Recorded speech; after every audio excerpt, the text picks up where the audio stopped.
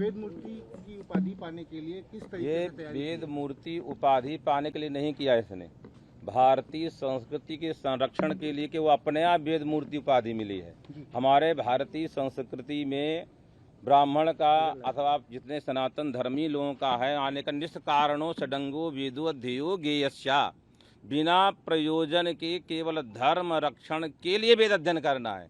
वह वेद अध्ययन का अपने आप, जैसे आपको इन्होंने बुलाया नहीं है फिर भी हम लोगों का परिणाम अपने आप फलित हो गया, उसी प्रकार इन्होंने वेद अध्ययन किया है। जब वेद का भगवान की कृपा है कि ये अपने आप वृष्टि हो रही है, जिस वृष्टि के माध्यम से एक नई युवकों को प्रेरणा के लिए ये बालक आया है। अच्छा, आप ये बताइए कि 5 साल की उम्र से ही आप मंत्र जाप ये सब कुछ कर रहे हैं। अभी वो 5 साल वाले बच्चे को इतना याद है, पिताजी बताएंगे। हाँ। गुरु जी है, ये गुरु जी बताएंगे। गुरु जी है, गुरु जी भी है, पिताजी भी है, दोनों चीज है।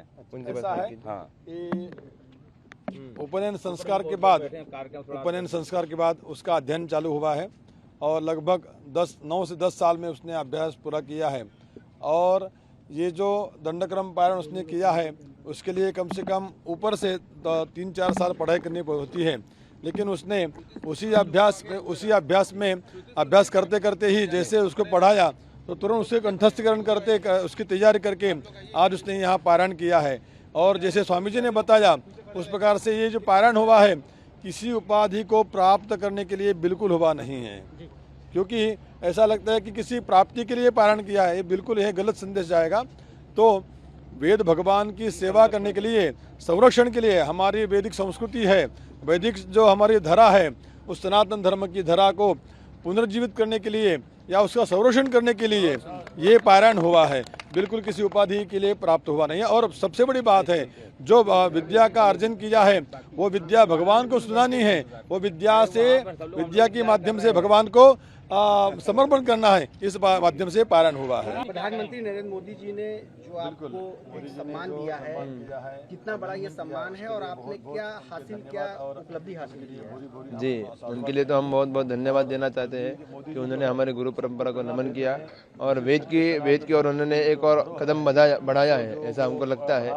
और उसके लिए हम धन्यवाद कहना चाहते हैं और आभार प्रकट करते हैं हमारा। जो आपने उपलब्धि हासिल की है इसके बारे में खड़ा होकर संभव करने के लिए क्या प्रयत्न कर सकते हैं? शब्दों में आप नहीं कह सकते, फिर भी ये कितना बड़ा अचीवमेंट है, कितनी बड़ी उपलब्धि है? अभी हमारे लिए तो कुछ अचीवमेंट हुआ ही नहीं है, अभी तो बहुत कुछ अचीवमेंट करना बाकी है।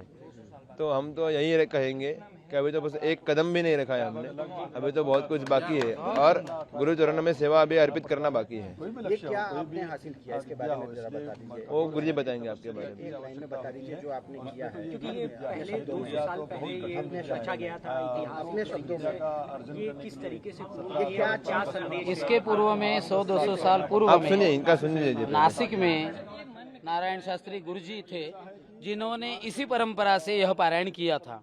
उसके पूर्व में किसी ने किया यह माना नहीं जा रहा है।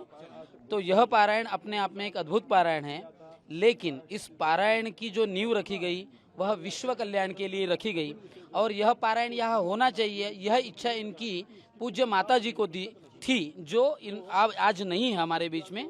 इनकी माताजी रत्नगर्भा कहलाई और लोग उनकी माताजी की आज भूरी भूरी प्रशंसा कर रहे हैं और कह रहे हैं कि इतना मेधावी छात्र जिस माता के कोख से जन्मा होगा वो माता कितनी पुण्यमयी हुई होगी।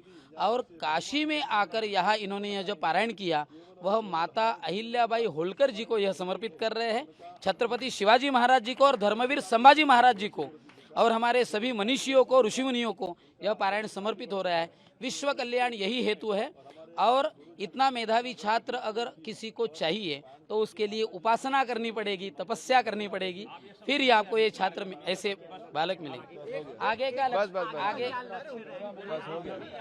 अरे हो गया आगे का क्या लक्ष्य है आपका? क्या संदेश, क्या टारगेट है आगे? कहाँ तक सनातन धर्म का पताका बुलंद करना चाहते हैं?